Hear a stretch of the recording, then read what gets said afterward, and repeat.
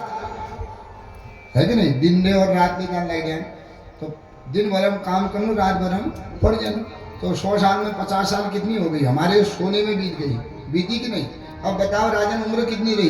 राजा ने कहा मैं महाराज मैंने तो सोचा ही नहीं, मैं तो सोचता था रात में सो रहा हूँ तो समय रुक गया होगा।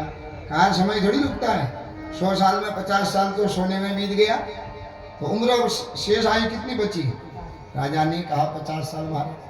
तो कहा 50 साल में विद्या अध्ययन करने में, नौकरी ढूंढने में कितना समय लगता है, 22-25 साल। तो 50 और 25 कितने हो गए, 75। अब शेष आयु कितनी रह गई, 25 साल। तो कहा विवाह किया, बच्चों की उत्पत्ति की, माता पिता बूढ़े हो गए, उनका श्राद्ध किया, उनके मर गए, क्रिया की, 25 साल उसमें बीत गए, उम्र कितनी रही। राजा ने कहा महाराज कुछ नहीं बती। तो आया क्यों था तू यहाँ। महाराज आया था उस भगवान को प्राप्त करने के लिए। तो भगवान के लिए समय कितना निकला, कुछ नहीं निकला, तो कैसे राजा सदगति होगी तेरी। राजा भयभीत हो गया, महाराज सही कह रहे हो, मैंने तो यह सोचा ही नहीं, मैं तो अपने लिए अपने परिवार के लिए भरता रहा, मैंने परलोक के लिए तो कुछ किया ही नहीं है। जिस काम को करने आया था वह काम तो मैं भूल ही गया हूँ। तो कहा राजन परम कार्य क्या है संसार में कि उस परमात्मा की स्मरण शक्ति बनी रहे।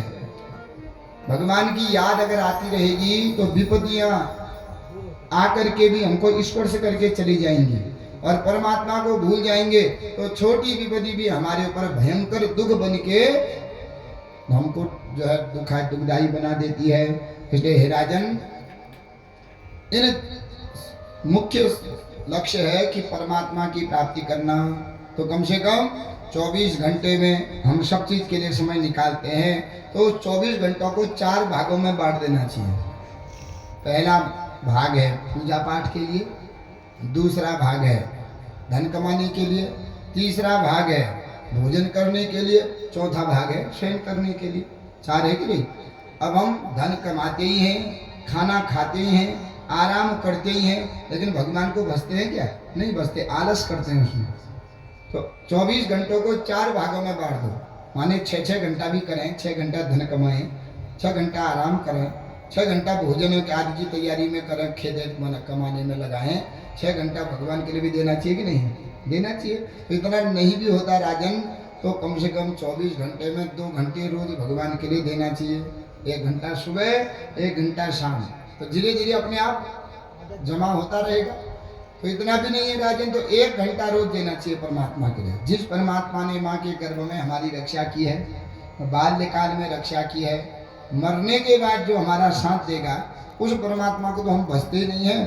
तो 1 घंटा, एक नहीं होता आधा घंटा, आधा भी नहीं होता तो कम से कम 10 मिनट, 5 मिनट सुबह, 5 मिनट शाम बैठ करके उस परमात्मा के चरण कमलों का स्मरण करना चाहिए। क्योंकि शरीर किसका दिया हुआ है, परमात्मा का ही दिया हुआ है। हम कहते हैं माता पिता ने जन्म दिया, तो जन्म देने वाला कौन है, असल में परमात्मा है। गर्भ में खाने की व्यवस्था किसने की, परमात्मा ने। बाहर आकर के खाने पीने की व्यवस्था किसने की, परमात्मा ने। हम कहते हैं माता पिता ने दिया। तो गर्भ में बच्चा आया, भगवान ने क्या किया, नाभि में से माँ का अन्न की नाल नाभि में जोड़ दी, माँ जो खा रही है वो बच्चे के पेट में अपने आप चला जा रहा है। तो ये व्यवस्था कोई डॉक्टर कर सकता है क्या, या माता पिता कर सकते हैं क्या। माँ जो खा रही है रस बन करके बच्चे के पेट में चला जा रहा है नाल के द्वारा, तो व्यवस्था किसने की है, हमारी भगवान ने की है। तो जब तक पेट में है तब तक तो खा रहा है, लेकिन पेट से बाहर आते ही सबसे पहले क्या काटते हैं, नाल छेदन करते हैं। तो नाल कट गई, अब क्या खाएगा। तो भगवान ने क्या व्यवस्था की, भगवान ने विचार किया पेट में तो माँ खा रही थी, नल जुड़ी थी, तो मिल गया इसको, बाहर करके जाके क्या खाएगा। तो माँ के स्तनों पर भगवान ने दूध जोड़ दिया, दूध भर दिया। तो दूध किसने भरा है, हम कहते हैं ना भगवान कहाँ रहते हैं, क्षीर सागर में रहते हैं कि नहीं। तो क्षीर सागर माने दूध के समुद्र में रहते हैं।